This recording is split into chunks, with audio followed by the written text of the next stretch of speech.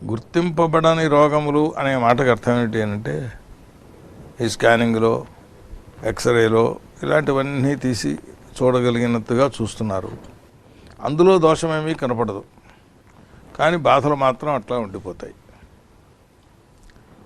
దీన్ని అజ్ఞాత రోగము అని పిలుస్తుంది శాస్త్రం.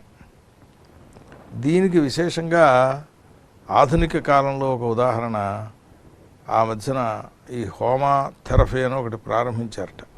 ఇక్కడ అమెరికా దేశంలో ఫ్యాక్టరీ ఏదో పేలి విషవాయువు లోకమంతా వ్యాపించినప్పుడు ఒక యజమాని తన గృహంలో గాయత్రి హోమం చేస్తూ రాగి పాత్రలో నిప్పులు పెట్టి ఆ హోమం ఏదో వాళ్లకు సంబంధించిన ఓ సంప్రదాయ ప్రకారం ఆ గాయత్రి హోమం చేస్తే ఆ ఇంట్లో వాళ్ళకి మాత్రం ఎవరికి ఏ విధమైన ఇబ్బంది కలగలేదు.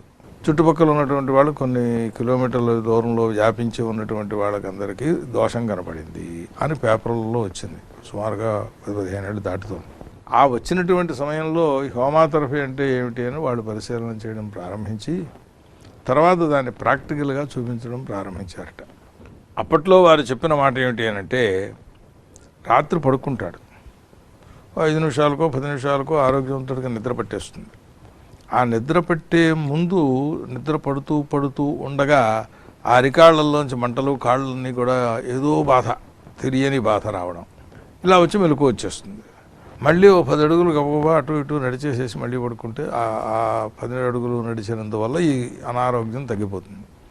మళ్ళీ నిద్ర పట్టడం ప్రారంభించేటప్పటికి సేమ్ ఇట్లా రాత్రి తెల్లవారులు జాగరణతో సరిపోయేటటువంటి పరిస్థితి కలిగిన ఒక అనారోగ్యం ఆ దేశంలో వ్యాపిస్తే ఇదేమైనా ఉపయోగిస్తుందేమో అని చెప్పి మన యజ్ఞాల్లో చెప్పబడిన ఈ ఆవునేది లేదా రావి సమిధులు, మోదుగు సమిధులు, జంబి సమిధులు ఇలాంటివన్నీ పట్టుకెళ్ళి ఒక హాల్లో ఆ కుండం ఏర్పరిచి, అగ్నికుండం, దీన్ని వాళ్ళ చుట్టూ కూర్చోబెట్టి ఈ సమితుల్ని తగలబెట్టి ఈ ఆజ్యాన్ని పోసి బియ్యాన్ని పోసి ఏదో ఆ రకమైన ప్రక్రియ. మరి వాళ్ళు ఎలా చేస్తున్నారనేది మనకి తెలియదు. యజ్ఞోపయోగి పదార్థములు అని చెప్పారు.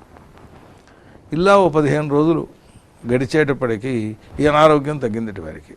ఇక్కడ విశేషం ఏమిటంటే రోగం ఎందుకు వచ్చిందో తెలియదు, ఎలా పోతుందో అంతకంటే తెలియదు. ఏదో ఒక ఎక్స్పెరిమెంట్, అదేదో నెయ్యి హోమం చేస్తే ఈ విషవాయువు వాళ్ళని ఏం చేయలేదు అని చెప్పారు కనుక దీన్ని మనం ప్రయోగించి చూద్దాము అని చెప్పి ఇందులో చెప్పబడిన పదార్థములను వాడారు ప్రధానంగా.